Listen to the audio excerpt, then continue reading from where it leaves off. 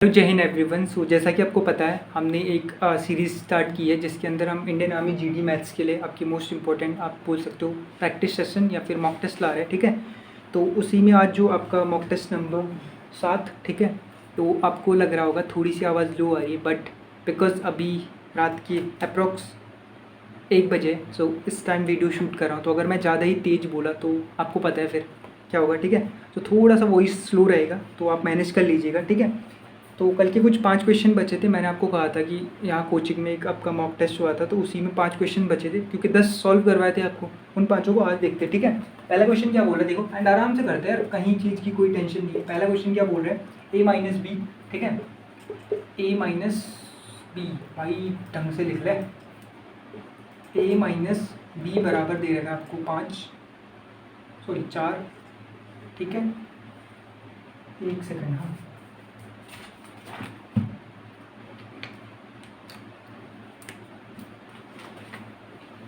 हाँ भाई, तो a माइनस बी बराबर 4 दे रखा है और आपको a भी बराबर दे रखा है कितना, a भी बराबर दे रखा है 2। ठीक है, तो आपको a स्क्वायर प्लस में b स्क्वायर का मान पूछा है, a स्क्वायर प्लस में b स्क्वायर का मान पूछा। अब देखो ऐसे क्वेश्चन अक्सर आपकी आर्मी में आ सकते हैं, बिकॉज यहाँ सिर्फ एक फार्मूला लगेगा, आपका जो आंसर है वो आ जाएगा। तो ध्यान से देखो, इसमें अगर मैं a माइनस बी का होल स्क्वायर का फॉर्मूला लगाता हूँ, क्या लगाता हूँ, a माइनस बी के होल स्क्वायर का फॉर्मूला, आपको पता है क्या होता है भैया, a स्क्वायर प्लस में b स्क्वायर और माइनस में 2ab, यही होता है। और भैया हमें यही तो चाहिए।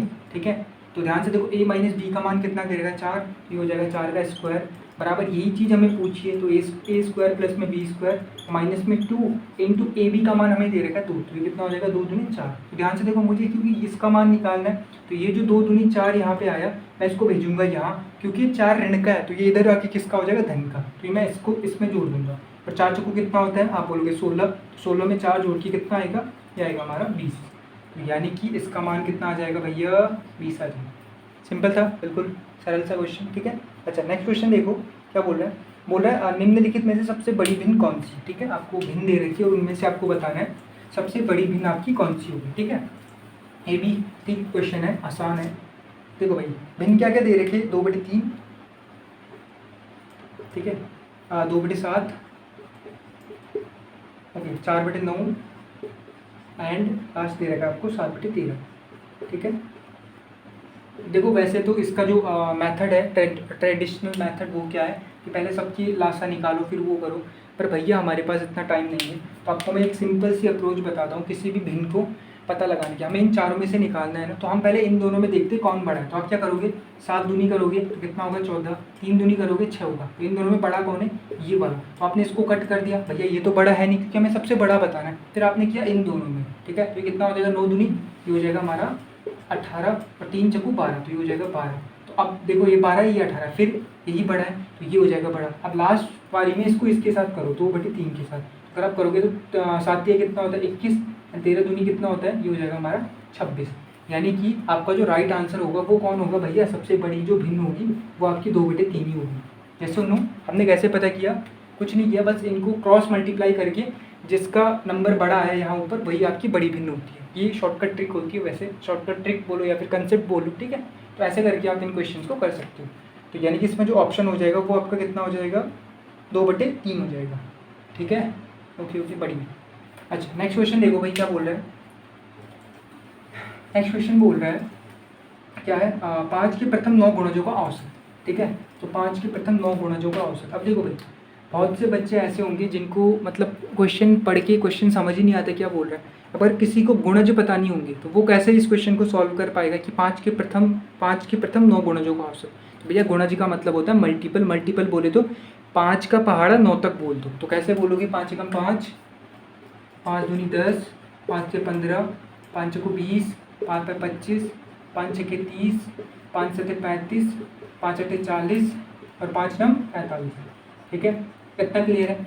अब आपको ध्यान से देखो करना क्या है, वैसे जो औसत का सूत्र होता है वो क्या होता है, कुल पदों का योग बटे कुल पदों की संख्या। तो भैया हमारे पास इतना टाइम नहीं है, और वैसे भी सवाल ने हमें दे रखा है कि 5 के प्रथम 9 गुणज, यानी कि अगर मैं ध्यान से देखूँ इन दोनों के बीच का अंतर 5 है, यहाँ पे भी अंतर 5 है, यहाँ पे भी अंतर 5 है, हर किसी क्रमागत संख्याओं के बीच का अंतर 5 है। तो जब भी ऐसा होता है कि जो आपकी श्रृंखला होती है वो अर्थमेटिक उसमें होती है, अर्थमेटिक का सिंपल ऐसा मतलब समझो कि जब दो लगातार नंबरों के बीच का अंतर समान हो तो उसमें जो आपका औसत होता है वो बीच वाले नंबर होते हैं। बीच वाले नंबर कैसे करेंगे, पीछे से एक एक काटो, आगे पीछे से ये काटा, फिर ये काटा, फिर ये काटा, फिर ये काटा, तो बीच में कौन बच गया, ये 25 बच गया। तो यानी कि यही 25 आपका क्या है, औसत है। इसमें जो औसत होता है वो पहले और लास्ट को जोड़ के आधा भी होता है। अगर आप 5 और 45 को जोड़ के आधा करोगे, 45 5 50 का आधा 25, तो फिर भी आपका यही आंसर होगा। ठीक है, तो यहाँ पे आपका क्या आ गया 25। अब देखो सबसे बड़ी बात यह है कि इन्होंने ये क्वेश्चन तो इस पर दिया ही दिया। ठीक है, इससे अगला वाला देखो इन्होंने क्या दिया, इन्होंने कहा 1 3 5 7 9 11 13 15 और 17, इसका औसत बताओ। अब अगर आपने ये वाला क्वेश्चन ढंग, जिसको ये वाला क्वेश्चन करना आ गया उसके लिए ये वाला क्वेश्चन क्या है, वो फिर से देखेगा भैया 2 का अंतर है, 2 का 2 का 2 का 2 का, हर किसी के बीच में 2 का अंतर, फिर से वो बीच वाला को ढूंढेगा, एक कट कट कट कट। ठीक है, सही कर रहा हूँ, तो कितना आ गया 9, और चाहे तो पहले और लास्ट को जोड़ो तो 70 और 1 18 और 18 का आधा 9, तो इसका जो आपका औसत हो जाएगा वो कितना हो जाएगा, 9 हो जाएगा। औसत कितना आ जाएगा, 9। ठीक है, तो ये भी काफ़ी आसान सा क्वेश्चन मेरे ख्याल से। ठीक है, तो आपको आज से एक चीज़ हमेशा याद रखनी है कि जब भी औसत वाले क्वेश्चन में जो आपकी संख्याएं दे रखी है अगर वो एक क्रम में होती है, क्रम का मतलब कि लगातार दो संख्याओं के बीच का अंतर अगर समान बना रहता है तो उसमें जो औसत होता है वो बीच वाला नंबर होता है, या फिर पहले और लास्ट नंबर का आधा, पहले और लास्ट नंबर के जोड़ का आधा। क्लियर है? ठीक है, अच्छा अब कुछ क्वेश्चंस मैं आपको अपनी तरफ से दे रहा हूँ, आपको उन क्वेश्चंस का सॉल्यूशन बताना है। ठीक है, ये क्वेश्चन मैंने कहीं किताब से नहीं लिखे, बट मुझे लगता है कि भैया आ सकते हैं, तो मैं तभी आपको क्वेश्चंस दे रहा हूँ। ठीक है, पहला क्वेश्चन है आपके पास एक धनराशि है जिसका मूलधन दे रखा है। ठीक है, वो आपको क्वेश्चन में दिया रहेगा कि 5,000 रुपये को, ठीक है, 2 वर्ष के लिए, यानी कि आपका मूलधन कितना दे रखा है 5,000 रुपये, 5,000 रुपये को 2 वर्ष के लिए, यानी कि समय कितना दे रखा है, यानी कि अगर मैं टी बोलूँ तो 2 ईयर। ठीक है, 2 वर्ष के लिए 8% वार्षिक दर से, कितनी दर है आपकी, जो रेट है आर बराबर कितनी है, 8% वार्षिक दर से आपका। देखो दो चीज़ें पूछ सकते हैं, या तो आपको साधारण ब्याज पूछेगा या फिर मिश्र धन पूछेगा। मैं आपको दोनों निकालना बता रहा हूँ, तो पहले आपको निकालना साधारण ब्याज। तो आपको मैंने कितनी बार बताया, साधारण ब्याज का जो फॉर्मूला होता है वो क्या होता है, मूलधन, दोबारा से लिख रहा हूँ, गुणा मूलधन गुणा दर गुणा समय बटे में 100।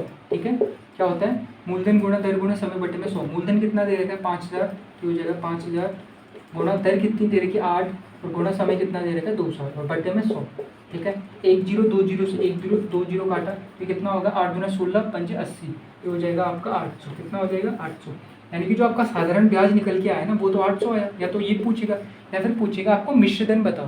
तो देखो भाई जो मिश्रधन होता है ना, कहाँ पे लिखूँ, यहीं पे लिख लेता हूँ। ठीक है, जो आपका मिश्रधन होता है ना, मिश्रधन वो होता है आपका मूलधन और प्लस में आपका साधारण ब्याज, मूलधन प्लस में साधारण ब्याज। समझ में आया? तो मूलधन कितना था, मूलधन तो आपका 5,000 था, और प्लस में जो आपका साधारण ब्याज है वो कितना बना 800 बना। तो अब जो आपका मिश्रधन बनेगा तो वो भैया कितना बनेगा, वो बनेगा आपका 5,800। क्लियर है? 8 दूनी 16 पंजे 80। ठीक है, तो ऐसा करके आपको चाहे मिश्रधन पूछेगा या फिर साधारण ब्याज पूछेगा। ठीक है, तो आपको ये आराम से क्वेश्चन को सॉल्व करना है, एक फॉर्मूला बस, सिंगल फॉर्मूला इस एक्सरसाइज में जो आपका साधारण ब्याज वाला है। अभी चक्रवृद्धि ब्याज का क्वेश्चन भी बाद में आएगा। ठीक है, चक्रवृद्धि ब्याज के क्वेश्चन आने के चांसेस कम है, लेकिन अगर आ गया तो भैया हर कोई नहीं कर पाएगा फिर उस क्वेश्चन को, अगर थोड़ा सा उन्होंने लैंग्वेज डिफिकल्ट कर दी। ठीक है, अच्छा ये था आपका। एक क्वेश्चन और देखो, एक अब मैं आपको सरलीकरण से दे रहा हूँ। ठीक है, सिंप्लीफिकेशन से एक क्वेश्चन दे रहा हूँ, ध्यान से देखो क्या है क्वेश्चन। क्वेश्चन है आपका, चलो भाई आज ब्लू पेन से ट्राई करते हैं।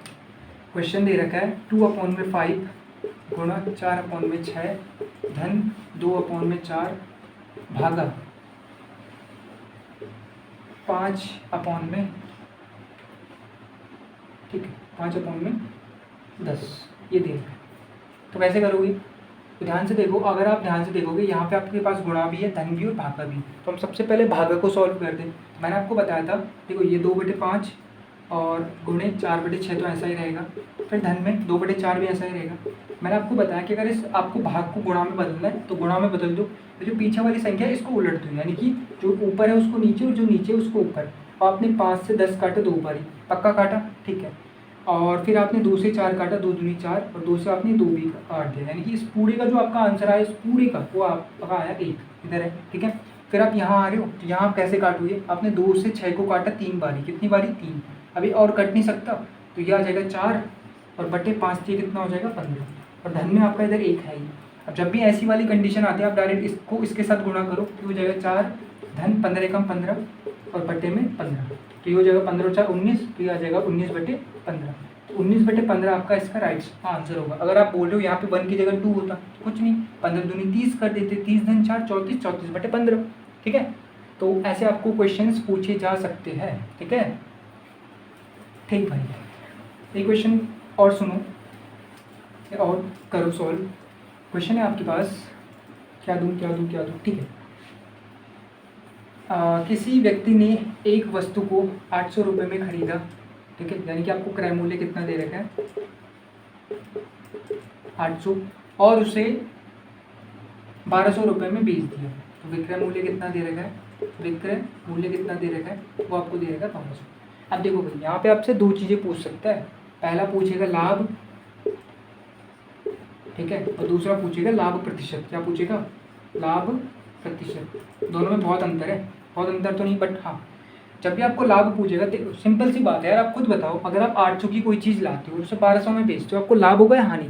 आप बोलोगे भाई देखो मैं कम की लाया ज़्यादा में बेच दिया, तो मुझे सिंपल सी बात है लाभ होना चाहिए। लाभ कितने का होगा, ज़्यादा में से कम घटा दो, तो 1200 में से अगर मैं 800 घटाऊंगा तो 400 का लाभ हुआ, पक्की बात, ठीक है। आपको 400 का तो हो गया लाभ, ठीक है। जब भी लाभ प्रतिशत निकालने की बात आएगी तो आप क्या करोगे, जो बट्टे के नीचे रहेगा वो हमेशा रहता है, क्योंकि जो लाभ प्रतिशत या फिर हानि प्रतिशत की हम गणना करते हैं वो हम करते हैं क्रय मूल्य पे। तो क्रय मूल्य कितना है 800, तो क्रय मूल्य रहेगा नीचे और ऊपर आपका आ जाएगा लाभ, लाभ या हानि जो भी हुई है। तो अभी हमें लाभ हुआ है, क्योंकि पूरी भिन्न आ जाएगी तो इसको प्रतिशत में बदलने के लिए 100 से गुणा कर दो, यही हमारा इतना प्रतिशत आ जाएगा, ठीक है। मैं ध्यान से देखूँ 0 0 0 0, 4 से 8 काटा 2 बारी, और 2 से 100 को काट दिया 50 बारी, कितनी बारी 50। तो आपको जो लाभ प्रतिशत आया वो कितना आया 50%। और वैसे भी सिंपल सी बात समझो ना, 50% का मतलब क्या होता है, आधा। तो भैया देखो अगर आपने 800 में कोई चीज़ खरीदी और उसका आधा कितना होगा 400, तो 400 का ही लाभ तो हुआ है। तो यानी कि क्वेश्चन सही तो बोल रहा है कि 50% का लाभ हुआ है, सिंपल सी बात है यार, ठीक है। तो ये था आपका क्वेश्चन। अच्छा एक हानि का भी करा दूँ, फिर आप बोलोगे वरना कंफ्यूज नहीं होगी। क्वेश्चन क्लियर है, क्वेश्चन देखो ध्यान से, आपको आपके पास क्वेश्चन कैसा लिखा हुआ आएगा, बोलेगा एक व्यापारी ने एक वस्तु 800 रुपये में खरीदी, क्रय मूल्य 800 आ गया, वह उसे 1200 रुपये में बेच दिया, विक्रय मूल्य 1200 आ गया। पता उसका लाभ, या तो एक चीज़ पूछेगा या फिर लाभ प्रतिशत पूछेगा। लाभ पूछ दिया तो ठीक है हर कोई निकालेगा, फिर लाभ प्रतिशत पूछा तो भैया ठीक है जिसको थोड़ा सा आता होगा वो करेगा। अच्छा अब मैं यही इसी सवाल को मैं उल्टा कर रहा हूँ। आप बोलोगे आप उल्टा कैसे करोगे भैया, मैं क्या कर रहा हूँ, यहाँ पे कर रहा हूँ 500, ठीक है, एंड यहाँ पे कर रहा हूँ 300, क्या कर रहा हूँ 300, ठीक है। अब आप खुद बताओ, आपने एक चीज़ ली 500 की और उसे 300 की बेच दिया, तो आपको क्या होगा, लाभ हो गया हानि होगी। आप बोलोगे भैया ज़्यादा में लेके, मतलब भाई ज़्यादा में लेके कम में बेच दिया, तो सिंपल सी बात है हानि होगी। आपको हानि कितने की होगी भाई हानि कितने की होगी, 200 की नहीं होगी, 500 में से 300 घटाते हैं हानि। अब ये तो हो गई हानि, लेकिन अगर आपको हानि प्रतिशत निकालना है, क्या निकालना है हानि प्रतिशत, फिर आप कैसे निकालोगे भैया, ऊपर रहेगी हानि, बिल्कुल सही बात, नीचे भैया ऐसा नहीं है इस बार 300 आएगा, नीचे हमेशा क्रय मूल्य यानी कि 500 ही आएगा, ये सो नो, बिल्कुल सही बात। और प्रतिशत पे बदलने के लिए 100 से भाग, 100 से गुणा, 1 0 2 0 1 0 2 0, 5 से काटा 100 को 20 बारी, और 20 दूनी कितना हो जाएगा 40, यानी कि भैया हमें कितने का नुकसान हुआ 40, और नुकसान को बताने के लिए माइनस कर दो, यानी कि 40% का हमें क्या हो गया, नुकसान हो गया मेरे भाई, ठीक है। तो इस तरह के कुछ क्वेश्चंस हैं जो आपके एग्ज़ाम्स में, मतलब इंडियन आर्मी के जीडी एग्ज़ाम में मोस्ट, मतलब जिसे बोलते हैं इंपॉर्टेंट चैप्टर क्वेश्चंस है, ठीक है, लाभ एंड हानि से। और भी एक आध क्वेश्चन बनते हैं, अगर आपका रिस्पॉन्स अच्छा रहा तो मैं इन क्वेश्चंस को भी आपको बता दूंगा। तो मेरे ख्याल से आज की क्लास आपको अच्छी लगी होगी, एंड अपना रिस्पॉन्स बताते जाना है, आपको वीडियो कैसी लग रही है, पढ़ाया हुआ समझ में आ रहा है कि नहीं आ रहा बताया हुआ, ठीक है। तो तब तक के लिए भाई आराम से तैयारी करते हो। जय हिंद, जय भारत।